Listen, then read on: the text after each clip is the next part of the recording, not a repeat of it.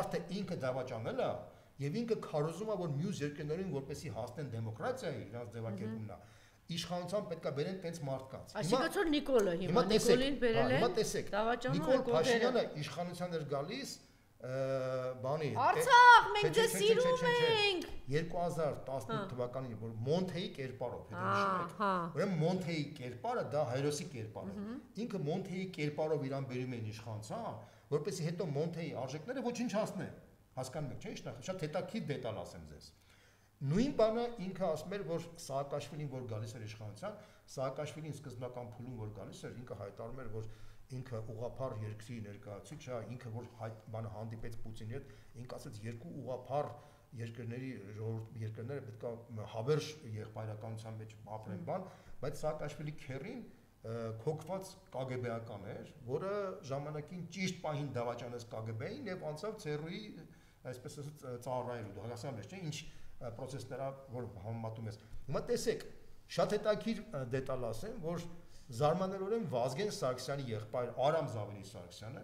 նույնպես Վազգեն Սարգսյանի անունը օգտագործելով կարիերան օգտագործելով դառավ հայտնի Վազգեն Սարգսյանի շնորհիվ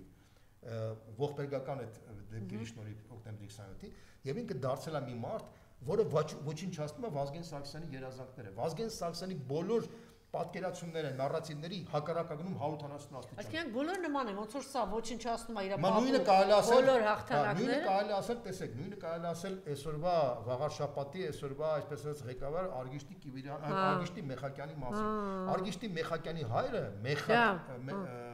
նույնիսկ ինքը այդ աստիճանի ազգային հերոս էր, որ Մեխակավան էր անվանել, ասենք այդ շրջանը, որ ազատագրել էին, հա։ Հիմա Մեխակավան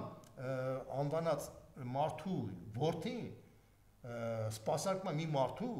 որը դավաճանել է այդ բանը եւ Օշմյան դավաճանել ինքը ասում է Ղարաբաղյան շարժումն էր սխալ այսինքն Արգիշտի Մեխակյանի հոր ճանապարհն էր սխալ բայց Արգիշտի Մեխակյանը իր սխալ իբր թե հոր սխալ ճանապարհ վերցած հոր այսպես անունով այնքը դարձել Արգիշտի Մեխակյանը դուք հասկանում եք ես ինչա Եվ դա ի՞նչ է կոչվում, Սա կոչվում է հետևյալը, տեսեք, Ռիչարդ Մուրը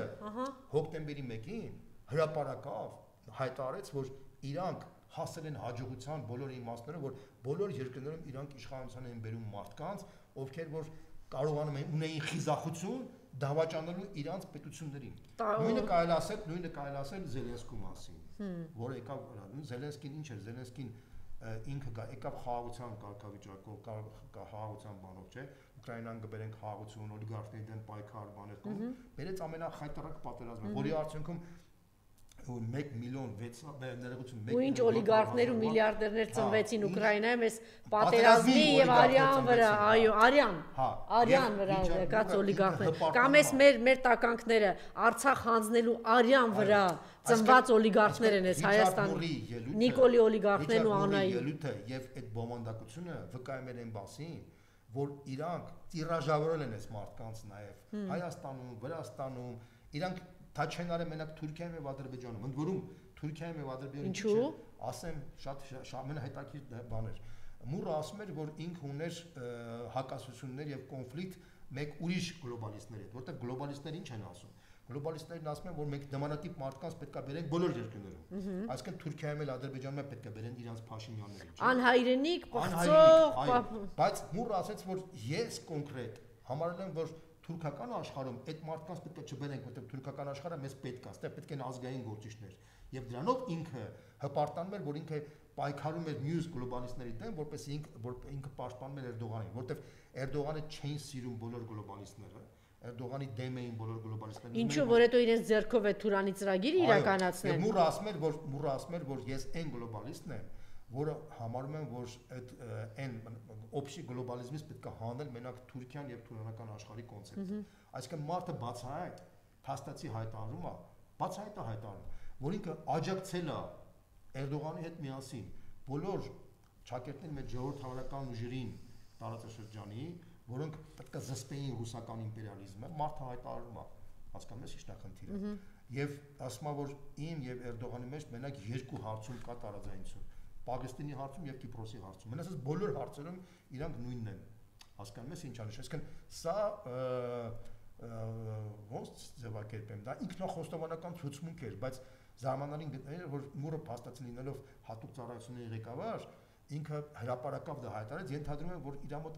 առաջացել էր նարցիսական մի հատ սինդրոմ, ցույց տալով, որ ինքը այնքան մեծ գործ է արել, որպեսզի Մեծ Բրիտանիան եւ ընդհանրապես այդ շրջանակները իրան գնահատեն, թե ինքը ինչ մեծ